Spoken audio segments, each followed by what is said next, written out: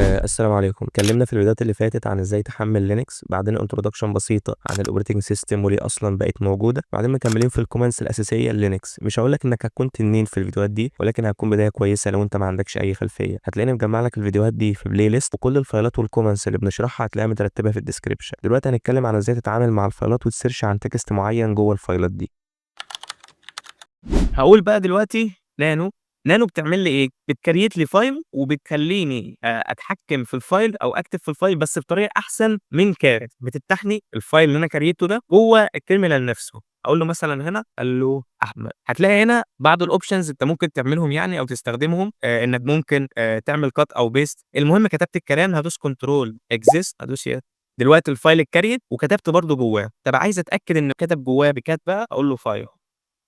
عايزين بقى نسيرش عن حاجة معيّنة جوّه الفايلات اللي إحنا عملناها دي، وليكن أنا عندي الفايل ده تعالَ نفتحه تاني، هاكتب مثلًا text بعد الtext ده هيبقى في line 2 line 3 أنا دلوقتي الفايل ده جوّاه كذا كلمة مثلًا أو جوّاه محتوى، عايز أبحث عن كلمة معيّنة موجودة جوّه الفايل ده والّا لأ، تمام؟ فهاقول له grep يعني أكنّي باقول له search عن أنا كنت كاتب جوّاه hello وكنت كاتب جوّاه أو تعالَ مثلًا hello جوّه إيه، جوّه الفايل ده، فتلاقيه جاب لي إيه، جاب لي السطر اللي موجود فيه الكلمة اللي أنا كتبتها وعلّم لي عليها بالأحمر كده، تمام؟ لو مثلًا أنا كتبت له hello كده، الحرف الأولاني هنا small إنما في الfolder capital فمش هيطلّع لي حاجة. طب علشان أتجاهل عارف أنت لمّا كنت بتقول في بايثون أو كده dot upper dot upper case أو lower case نفس الكلام هاقول له grep I اللي هو insensitive تمام؟ يعني إيه، يعني شوف لي الكلمة اللي بتحتوي على الحروف hello بدون الأخذ في الاعتبار الcapital والsmall. أنا لو مسحت دي تمام، وأنا مثلًا هاقول له ال فهيطلّع لي برضه hello ليه؟ لإن أنا قُلت له insensitive ما تاخدش في الاعتبار آآ الcapital والsmall وخُد بس إن الحروف اللي هنا موجودة هنا، تمام؟ ده الtag اللي إحنا بنستخدمه في الجزئية دي. طب لو مثلًا عندي folder create برضه طب الجزئية دي بس واضحة؟ يعني الجزئية بتاع grep واضحة؟ واضحة يا باشمهندس. تمام. لو قُلت له make directory folder cd أو ما كنتش مضطر أعمل دي، أنا كنت ممكن أعملها بcommand واحد بس تمام، أقول له مثلًا touch file أو مش touch بقى عشان نكتب جواه، هاقول له nano file أقول له مثلًا text قال له أحمد إمم، تمام. الfolder ده جواه file أنا لسه مكريته وكتبت جواه شوية كلام، أنا عايز أطلع من هنا تمام، عايز أسيرش جوه الfile اللي موجود في الfolder ده، بكل بساطة هاقول له grep الtag اللي أنا كنت باكتبه علشان أكتب list بالfolders باللي جواهم أو أمسح الfolder باللي جواه كان إيه؟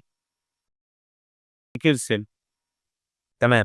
فهو قال لي إيه، قال لي والله الfolder جواه file لإن أنا دلوقتي بالنسبة لي أنا بابحث جوه الfolder كله، فممكن يبقى أكتر من file فيه الكلمة دي، هو جاب لي الفايلات اللي موجود فيها الكلمة دي، قال لي والله الfolder ده فيه file الfile ده فيه line الline ده موجود فيه hello الكلمة اللي أنت بتبحث عنها، تمام كده؟ تمام يا هندسة.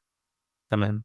آخر حاجة بقى، أنا مثلًا دلوقتي عايز أبحث عن كلمة في مجموعة من الفايلات ليهم نفس الextension يعني إيه؟ يعني مثلًا الفايلات دي by default بيكون dot text ولكن أنا هاكريت مثلًا أو لأ خلّينا نكتب كلمة، كلمة. أنا بس باكتب فايلات تانية بالextension ده علشان ممكن تبحث بline واحد عن كلمة معينة بكل الفايلات اللي لها نفس الextension ده. أقول له مثلًا nano file 2 txt أقول له مثلًا برضه hello أي كلام بقى.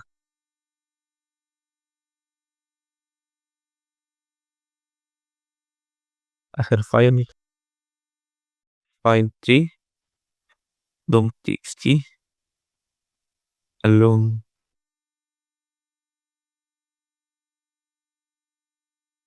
تمام. أنا ممكن أقول له إيه، ممكن أقول له grep ابحث لي عن hello أنا لسه كاتبها في كل لو تلاحظ كل الفايلات الextension بتاعهم اللي هم دول